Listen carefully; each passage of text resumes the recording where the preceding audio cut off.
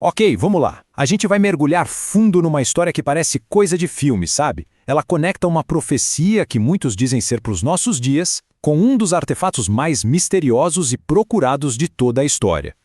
Uma profecia antiga, uma vaca, isso mesmo, uma vaca vermelha, e um tesouro lendário que sumiu no tempo.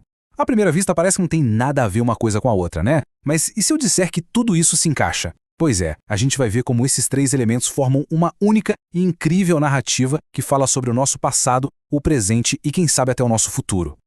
Então, por onde a gente começa?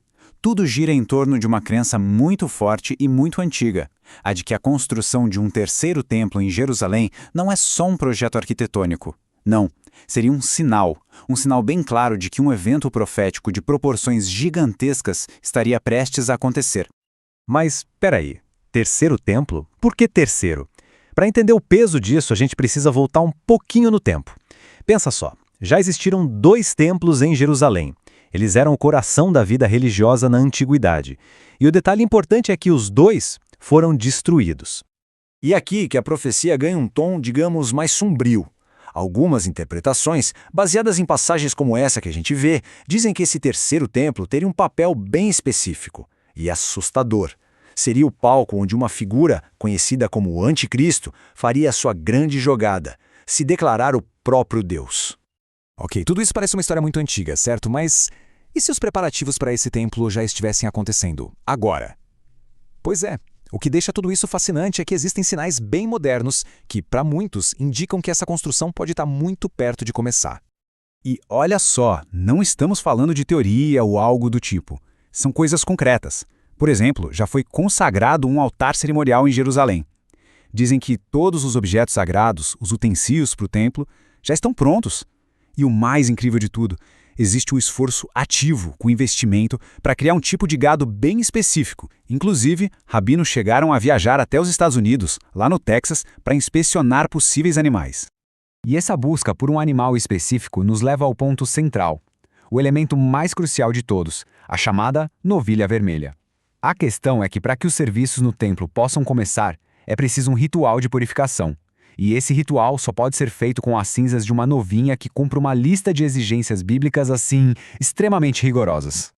E o ritual em si é algo muito, muito específico. A novilha perfeita é levada, sacrificada, seu sangue é aspergido em direção ao santuário e depois o animal inteiro é queimado até virar cinzas. São essas cinzas, misturadas com água, que criam as chamadas águas da purificação. Sem elas, nada feito. Nenhum serviço no novo templo pode sequer começar. É um pré-requisito absoluto. Certo. Então, se os preparativos estão a todo vapor, se a busca pela novilha vermelha é real, o que está impedindo que a construção comece? Qual é o grande obstáculo? Bom, o impedimento é talvez um dos maiores desafios geopolíticos do planeta. O local onde o terceiro templo deveria ser construído, o Monte do Templo, é hoje o lar do Domo da Rocha e da Mesquita de Al-Aqsa, 2 dos lugares mais sagrados do Islã. É um terreno sagrado para judeus, muçulmanos e cristãos. Mexer uma pedra ali é acender um pavio de pólvora.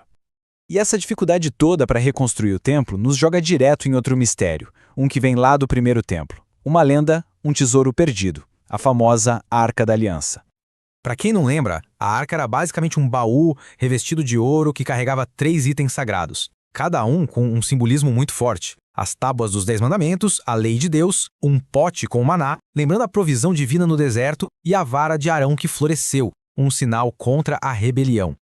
E não era só um objeto simbólico, não. Segundo os relatos, o poder da arca era algo lendário, real. Coisas incríveis são atribuídas a ela.